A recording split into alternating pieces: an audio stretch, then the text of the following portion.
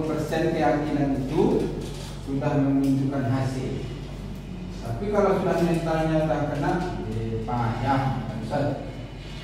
Ya, kuliah kita sistem hukum Indonesia, pengantar hukum Indonesia.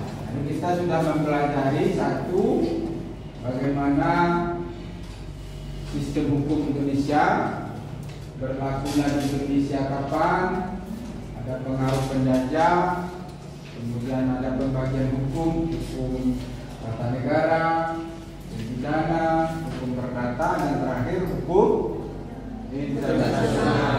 Jadi kita menunjukkan seputar saja. Yang pertama, kita mengetahui sistem hukum. Pengertiannya adalah seluruh hukum positif yang berlaku di Indonesia.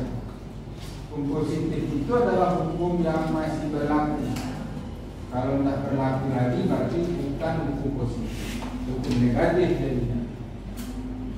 Nah, datangnya hukum positif ke Indonesia ini apakah asli hukum Indonesia atau ada pengaruh asing? Ada pengaruh asing. Pengaruh asing karena kita dijajah oleh Belanda. Maka Belanda pun membuat sistem bagaimana supaya bisa membunuh-bunuhi Indonesia ini.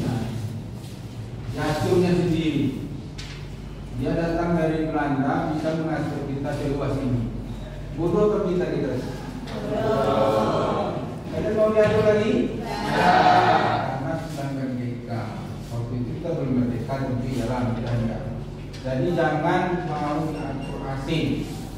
Karena kita negara yang berdaulat dan merdeka. Itu kalian harus pintar supaya dari buru-burunya. Kalau di Padang itu istilahnya ada namanya kurang walok, makanan kurang jago. Tahu itu? Apa itu? Orang tidur, makanan orang yang bangun. Mungkin orang tidur itu sudah dicopetnya kan? Nah, mungkin orang tidur itu sudah dikuncinya di kamar sendiri. Jadi jangan sampai tertidur. Ini lingkungan kita, terutama di daerah Minangkabau sudah membuat istilah itu. Jadi harus kita lebih pintar dari orang lain. Minimal setara. Itulah gunanya kuliah kan. Kalau masih bisa dibodoh-bodoh, tak boleh kuliah. Nah, bagaimana negara Belanda atau kita di sini? Dibuatnya lah undang-undang sendiri kan. Namanya Indische Strafrecht, ketentuan hukum kami kan. Nah, IS. Nah, undang-undang ini berlaku umum untuk semua warga negara atau penduduk yang ada di Hindia Belanda. Waktu itu belum ada Indonesia kan. Ini pakai kan, hebat kan gitu kan. Sudah di negara orang atur pulang lagi. Jadi namanya kita masih waktu itu masih bodoh, masih kerajaan-kerajaan bisa diembangkan. Jadi kita jangan mau jatuh bang. We are Indonesia, itu dulu. Kami bukan Minang, kami bukan Batak, kami bukan Sulawesi, tapi kita adalah Indonesia. Takut dia itu. Karena dia adu-adu saja sih kalau saya. Apa dibikinnya aturannya? Diaturnya lah pasal 131 IS 163 IS digolong-golongkannya penduduk. Ini penduduk Eropa, ini timur Asia, ini bumi putra. Makanya gelar-gelar itu juga buatan Belanda. Ada Tengku, ada Wan, ada Said, ada di Minang, ada apa gelar Bagindo, apa lagi? Ada suku-suku pun buatan Belanda.